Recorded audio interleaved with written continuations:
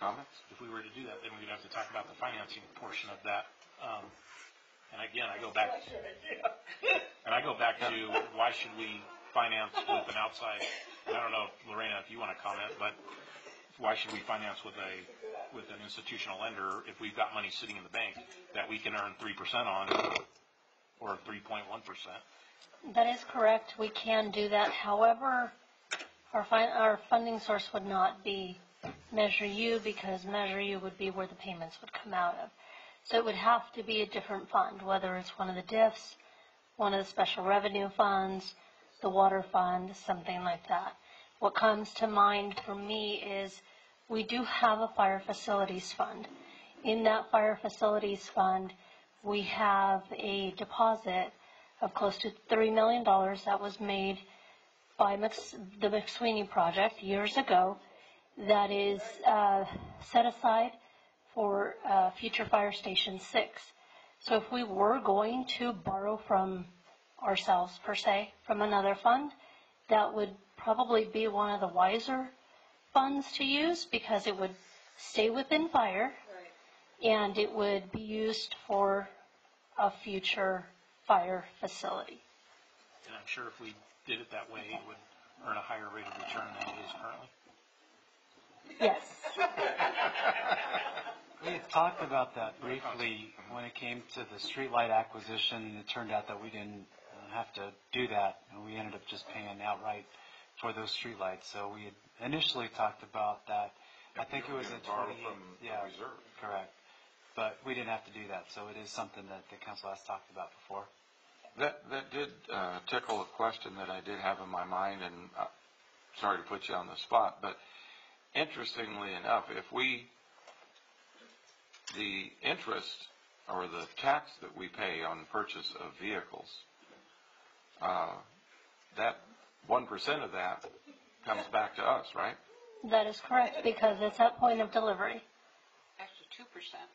Well, 2%, one for the general fund and one for the Measure U part of general fund. So would that also apply to the lease option as opposed to an outright purchase? Would that tax come back on the front end, or is it amortized over the duration of the loan? If it's a lease, I'm going to have to get back to you on that. I want to make sure I give you the correct answer. But at least this is a unique situation where we would actually be generating some revenue back to us with that. I do believe it's up front because, one, we're not exempt from paying sales taxes. And although they're called leases, they're really lease purchases. So at the end of the lease, you pay $1 and the equipment is yours, but you've really already paid over the life of the loan for it. Thank you. You're welcome. Any other questions, comments from council? Well, Carly proposed a question. We haven't quite answered. I answered it. I personally think that I understand the objective, and I'm not opposed to moving quickly on that, but I think what we've identified is a need to do a more in-depth study session on all of the needs, which would certainly include that as an option. So I guess my preference would be that we schedule a study session as soon as we can reasonably do that, so that we address the fire chief's concern about timing this. Is that a motion? I can put that in the form of a motion if you'd like. Okay? I just did. I'll second that. Okay, we have a motion to schedule a study session. Can we make that after the first, can we make that so it's one of the first things First we things address to do in January. in January? Is that reasonable? Nothing else on your plate? Well, no, we've got a significant amount of work studies that we're scheduling for January already, so we're already looking at what we're lining up for February. January is going to be a very busy month with budget, financial models. Because you're saying you want an overall policy on the direction of the department. department. Is that what you're essentially saying? I think what we've identified is that the need to do a little bit more in-depth study session of needs and addressing the comment that you made about policy direction from council. I personally am very comfortable accepting the professional recommendations of our fire management team, but I understand the issue that we are the policy body. So I think having that study and broadening it beyond the issue that's on this agenda tonight would make sense. So I guess that addresses my preference, I guess. Well, I wouldn't like it to take any longer than February to bring it back, so. If we get an opportunity. So we'll be reviewing our agenda for the January meetings tomorrow, and so we'll have a conversation on what's lined up for the month of January. I don't recall anything that we've scheduled for February, but we can certainly talk about that tomorrow with the staff. Well, and determine the priorities. That's correct. And let me ask council, is there any objection, if necessary, to scheduling a special study session meeting? We certainly have a history of doing special meetings, which kind of work opposed to the benefit of canceling a meeting during the holidays, but I think this is an issue of criticality. I don't have any objection.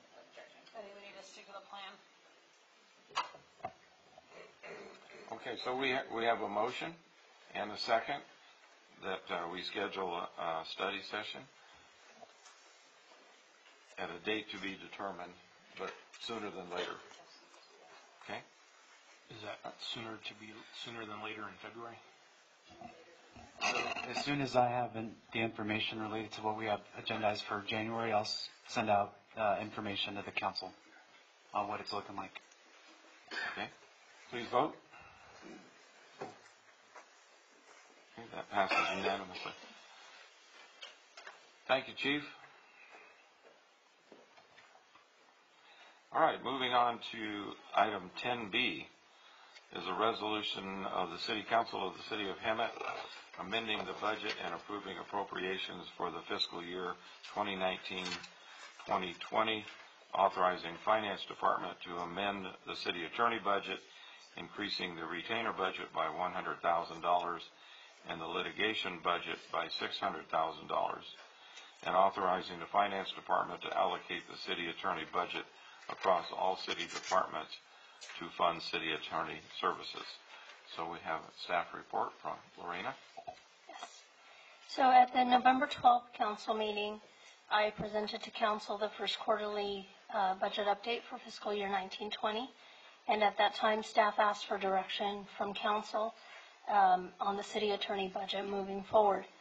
With several lawsuits against the city that have required the attention of the city attorney, with an average cost of about $200,000 per month in litigation expenses, staff recommended an increase of $700,000 in the city attorney budget to allow for proper funding through mid-year, at which time city attorney services can again be reviewed.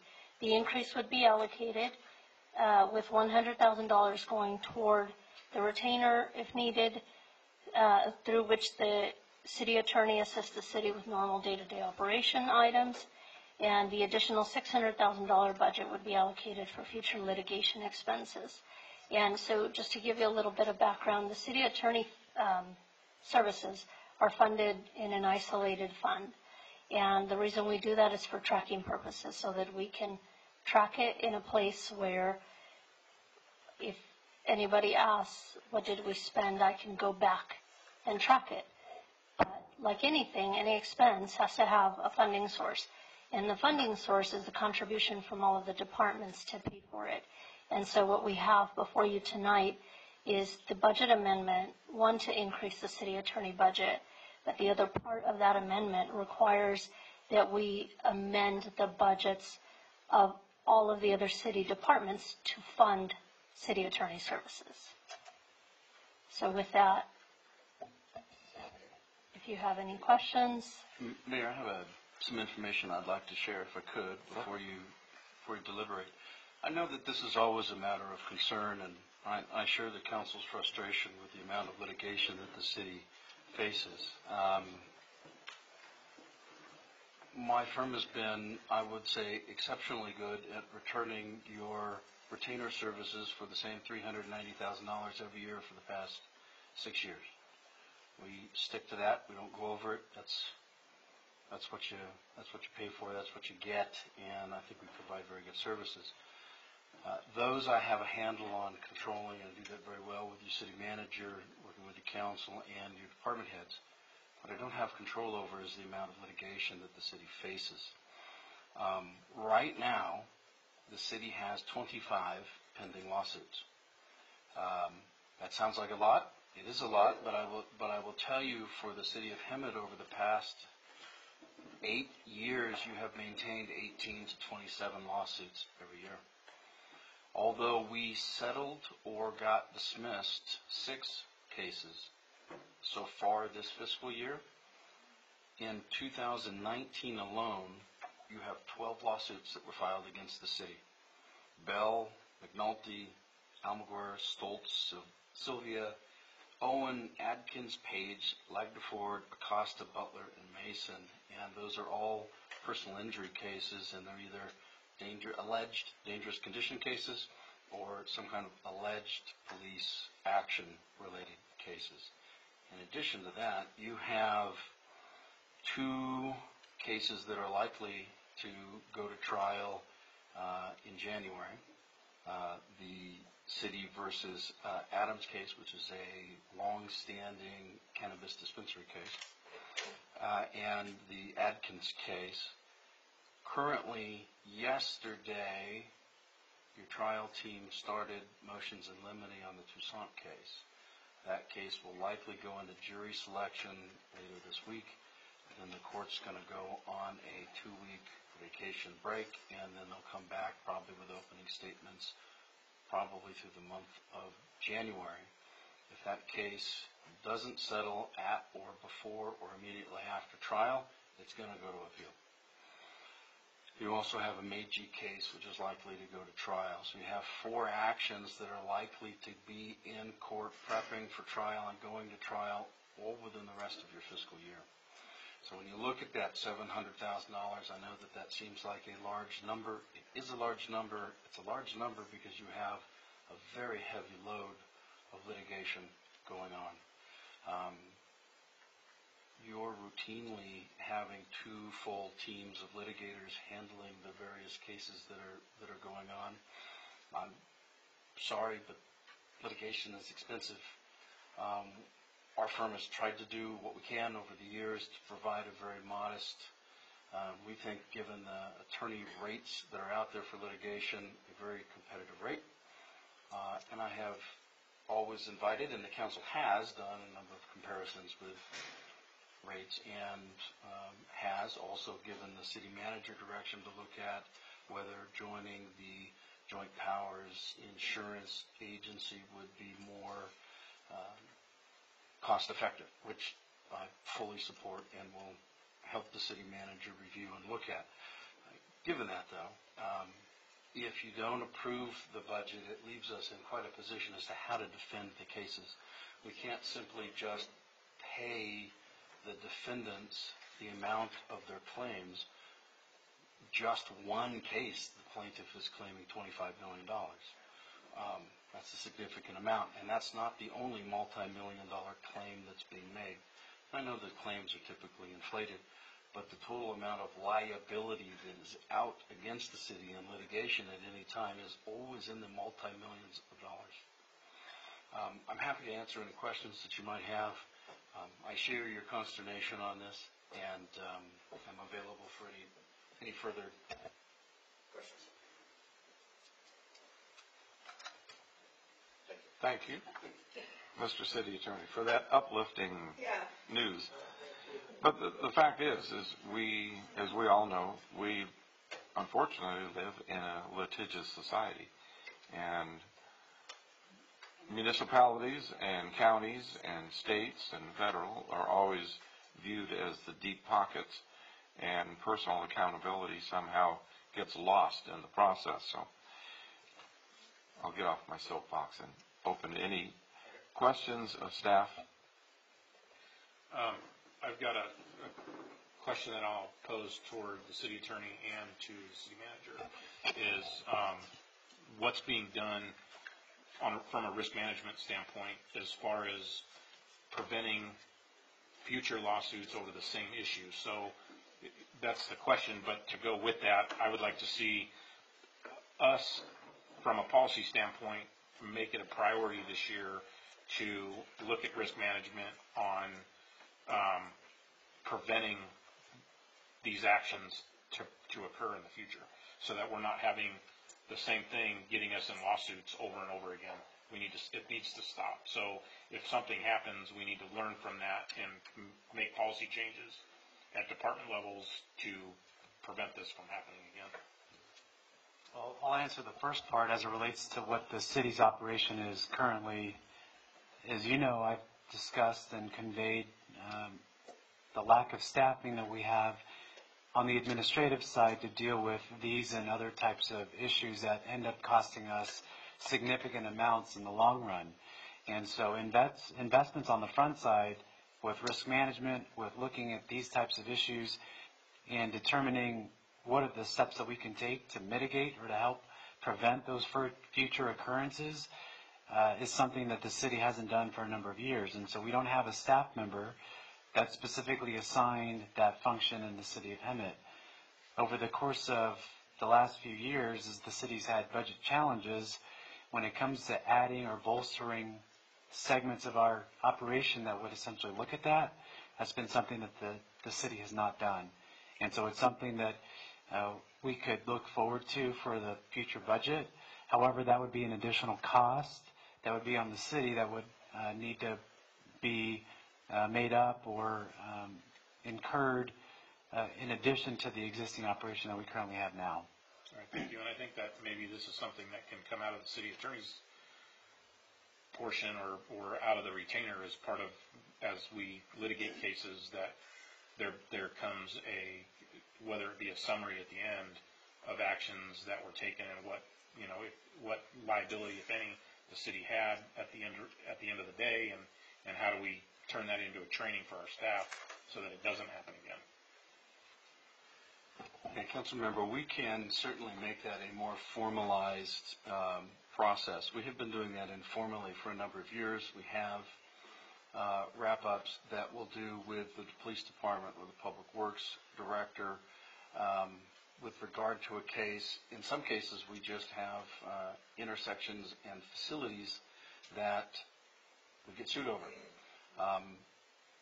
Most often, we don't get a determination that they are, in fact, a dangerous condition, but it raises the issue of maintenance. And so I have recommended for many years that the city have a comprehensive facility, sidewalk, and tree maintenance program and inspection program. It does not. That's labor-intensive and costly, but you don't have it. You don't have a risk manager. That would require another person. You do have a claims adjuster, and you do have city attorney's office. Neither of those are an in-house risk management function. It is not cost-effective, I think, to have my firm provide risk management services on a day-to-day or ongoing basis. We can do court kind of after-case debriefs, but that's not really a comprehensive risk management program. And I have also recommended a very well-staffed and highly trained HR management department.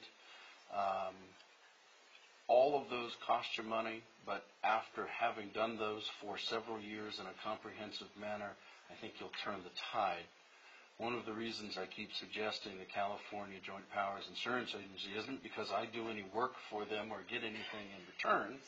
It's because they also offer risk management training, risk management programs, and advice, and that might be, I haven't looked into it, in any kind of managerial way. That would be the purview of the city manager, but that might be a gap way of obtaining necessary risk management advice and programs at a fairly reasonable level to at least get the city started. Happy, and also happy to do anything that the council thinks would help in that regard. Thank you. Thank you. Any other comments or questions from council? I think risk management is certainly key here. And not negate what we need to do tonight, but, Absolutely. I agree with that 1,000%. You know, we've got 3 positions in HR, and we're a full-service city. And so you talk about the different components of that. You look at the side of employee relations. You look at negotiations. You look at the personnel recruitment side. You look at all of those other things that HR has to accomplish. And 3 staff members is really slim for that operation, considering we're a full-service city. Well, And so that's a significant challenge that we have. we have to consider what's most cost effective too in the long run. So, you know, organizations that go with, organizations as this or larger that go without risk management end up with a lot of these lawsuits. And they're killing us. So, Anyone else? back to the matter at hand here. Do we have any requests to comment from the public? I did receive one request to speak. However, I don't see Pat Gregory in the audience. Okay. I'll bring it back to council.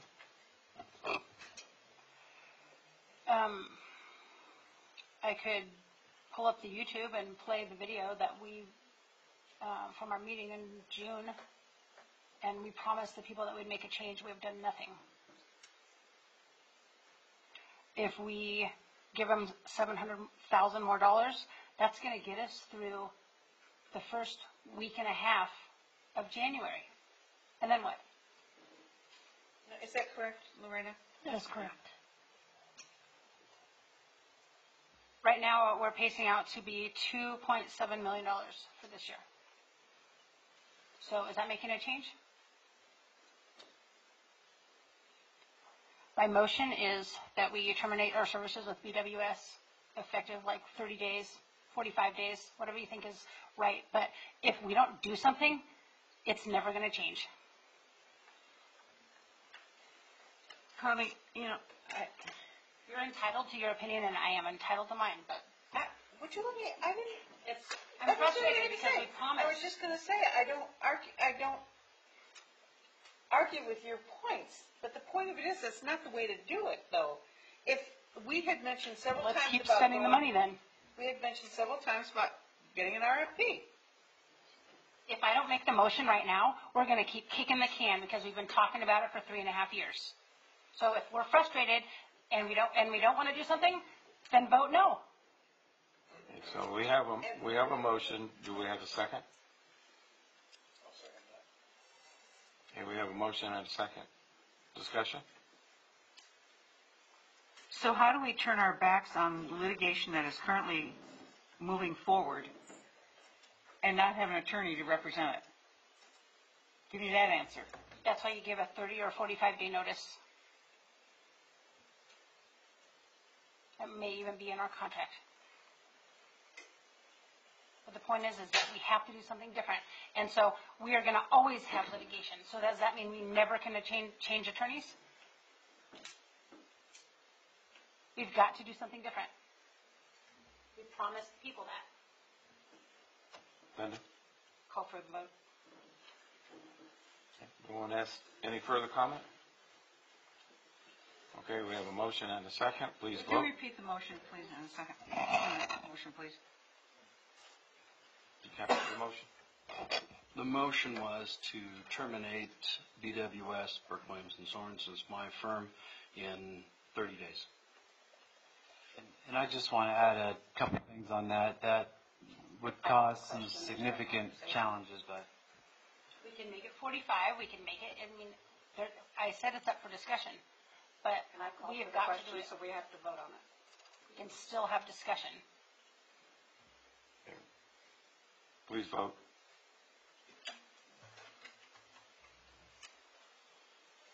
Motion fails. I'll make a motion that we approve the recommendation from finance on increasing this budget, and in January or February, whenever we can get, city manager can get to this, that we look at a serious discussion on city attorney and risk management. Okay, do I have a second to that motion?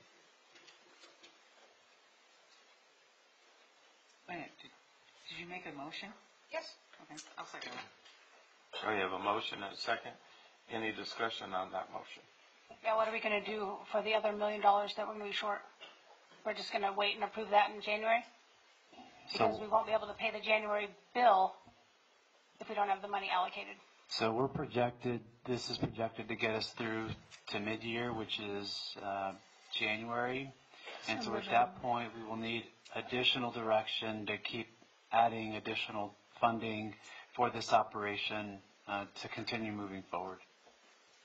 My concern with that is, at the last council meeting, Lorena, you gave a quarterly budget update showing that we were $2.1 million over projected revenues from sales tax. Is that correct? For 1819, yes. So that $2.1 million is now going to go to the city attorney's office. Yes, it's going to go to lawsuits. Any other comments or questions? People need to stop suing the city of Emmett. Okay, we have a motion and a second by Bonnie. Please vote.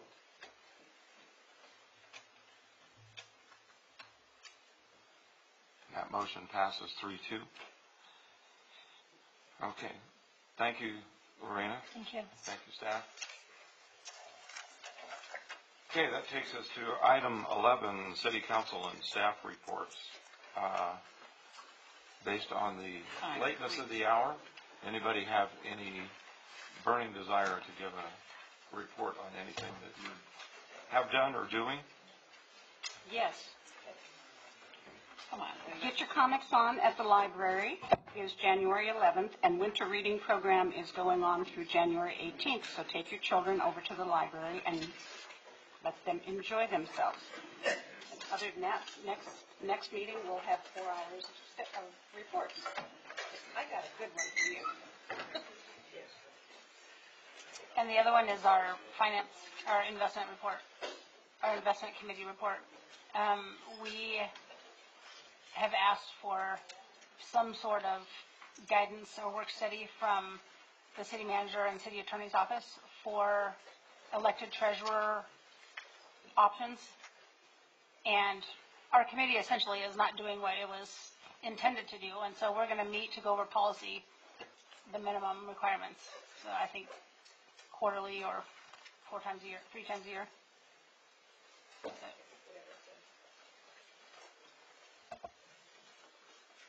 And we want January, right? January meeting to have the 2 of them at our meeting. They have to come to us. Okay, never mind. You'll get briefed. I'm still here.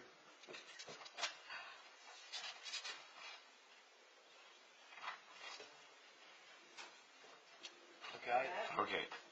I just have a point of clarity.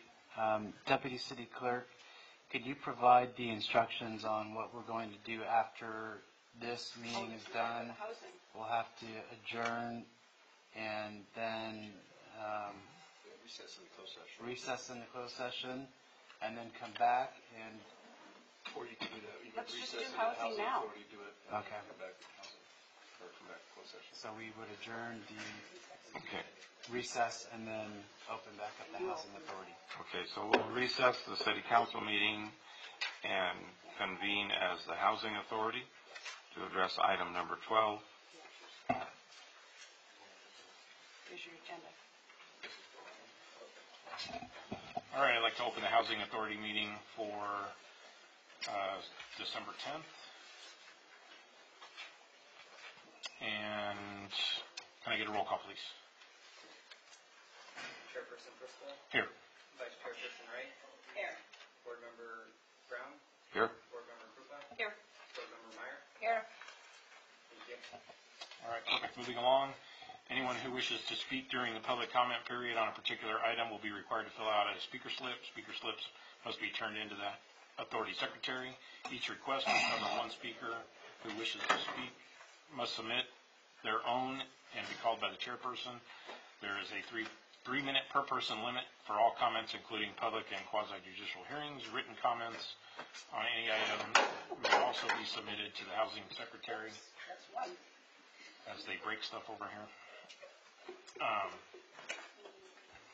Members of the public shall comply with the adopted rules of decorum, Resolution 4545. A copy of the rules of decorum can be requested through the Secretary Authority's office. Please turn off your cell phones or mute them for the meeting. Please, moving along. Is there anybody that wishes to speak on the Housing Authority items that are not on the agenda? All right, seeing none, we'll move along. All right, item 3A, Housing Authority reorganization, nominations for chairperson and vice chairperson to serve to December 8th, 2020. I nominate Mike as chairperson. Is there a second? I'll second. All right, any further discussion? Seeing none, please vote. All right, that passes. And can I get a recommendation for the vice chair? All right. Vice Chair, nominate Bonnie. Is there a second? Second. Any further discussion? Seeing none, please vote. All right, item number 4, the consent calendar. Is there a motion to approve the minutes on consent?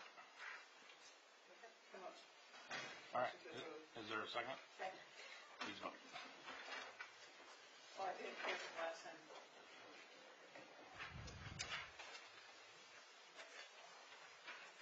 One more that's, I think it's, All right. Are there any future agenda items for the Housing Authority? Not yet. Okay, moving on. Thank you for your patience and continued support of the Housing Authority. We will now adjourn. Okay.